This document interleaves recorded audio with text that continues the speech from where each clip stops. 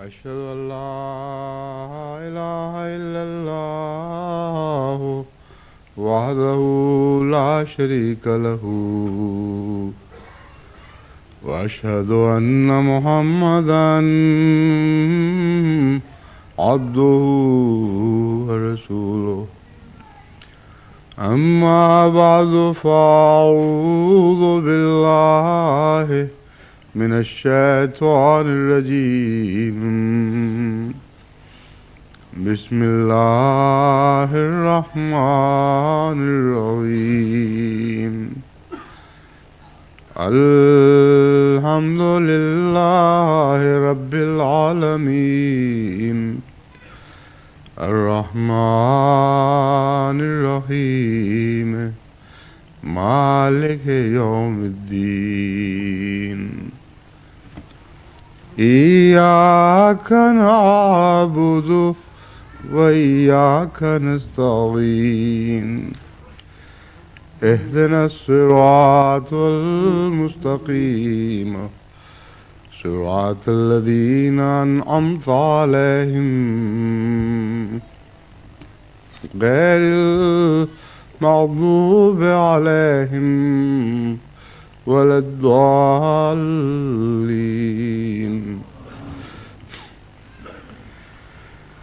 نمازوں کے سلسلے میں جو خطبات دیے جا رہے ہیں، آج غالباً یہ ان کا آخری خطبہ ہے، اس سلسلے کا آخری خطبہ ہے۔ میں نے گزشتہ خطبے میں گفتگو التحیات پر ختم کی تھی، لیکن التحیات کا مضمون ابھی جاری تھا، اس لیے التحیات ہی سے میں اس مضمون کو دوبارہ اٹھاتا ہوں۔